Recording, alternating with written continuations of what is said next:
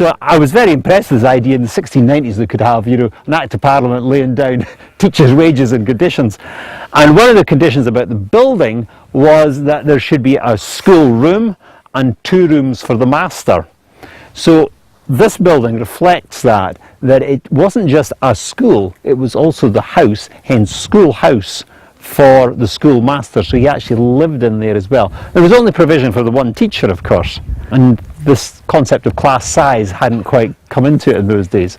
By the end of the 18th century, by the late 1700s, there were 900 parish schools in Scotland, and at that particular point all 900 signed a petition because apparently their wages and conditions hadn't changed for 100 years and they were a little fed up of how they were being treated, and I thought that was modern parallels there as well. So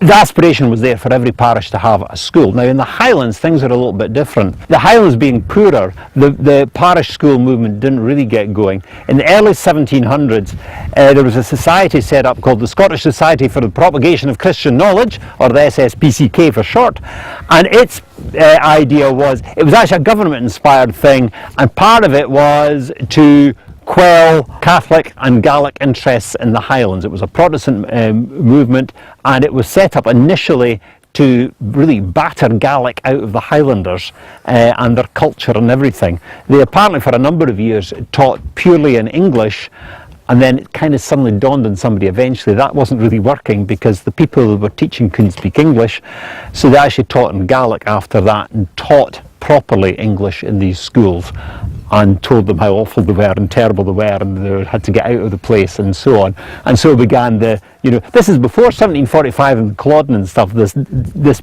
pushing down of Highland culture began. So the SSPCK were actually probably very active here very early on. There is a story that this was the first parish school in Scotland. That's not true, but it might, in Durness, may have had the first SSPCK school in Durness, because the Mackays as a clan really did push education.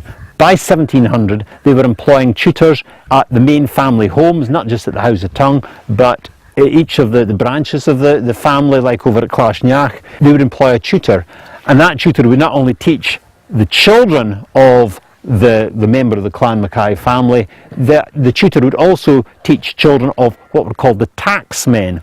Now each of the farms, the settlements, was a tack, and a tacksman rented the farm from the clan chief, and in return he rented the farm to his subtenants. So the tacksman was at the middle class layer of things, and he had money, and it was a good idea for the Mackays to educate this middle class society. So they were taking the children of the tacksmen into their homes to be educated by their tutors. Now the SSPCK established a school here in Knockbreck, this township, in the early 1700s, possibly as early as 1708, which was just 5 years after the society got going. And there's certainly records by 1730 of the school here. But this building and the idea of the parish school came from the minister of the time. There was a minister called Murdo MacDonald, the Reverend Murdo MacDonald, and he was minister in Durness from 1721 to 1761, and he was a highly literate, highly educated, very musical gentleman. He really pushed education, and there are records of how much he encouraged people to take up learning. He encouraged reading groups that would meet in houses, and they encouraged the sharing of newspapers, that he obviously must have got them sent in. He encouraged the sharing of books, and most of all he encouraged the building of this building. It took him a long time because the church actually had to pay the wages of the teacher. It was a church school, the parish school, and he had to get a sponsor, so who was going to pay for the construction and everything?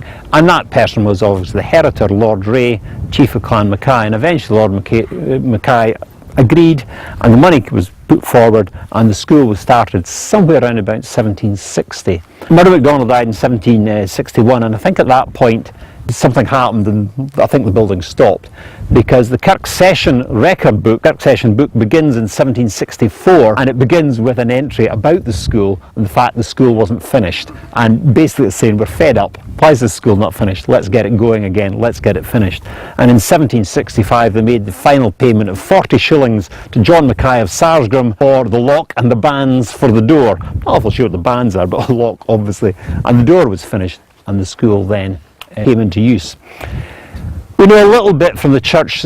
Accounts are available from 1765 to 1814, so we know a little bit of how the school developed and what sort of payments the church was making towards the different head teachers or the different schoolmasters that were here.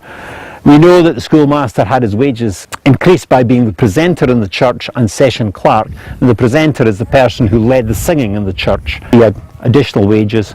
We know a little bit about one or two of them. There was a head teacher whose name I've clean forgotten at the moment, but he started his career along the north coast as a tutor to one of the Mackay families, and he went on to follow one of the Mackay families in some of their military campaigns, and he ended up in Europe.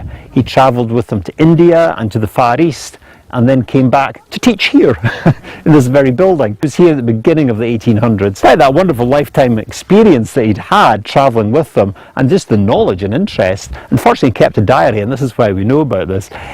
When he came back here, he was only here for about 18 months when there was a change of again, some sort of Act of Parliament setting standards in these schools, and all schoolmasters had to have Latin, and he didn't have Latin. So off he went, and he ended his career in Melness. Can't remember his name though. I've got the book at home and the diary. So these little bits we do know. We also know a little bit about the building from the church accounts. We know that it was originally thatched, but that changed in the 1790s. Also in the 1790s to pan-tile, which you'll hear more about. We know that the schoolhouse bridge, that little stone bridge down there, it cost them quite a lot of money over different periods, and the strong suspicion is that the stream down there was much wider and maybe a big sort of marshy area, and the bridge was much bigger originally, because there is several accounts of repairs and money being spent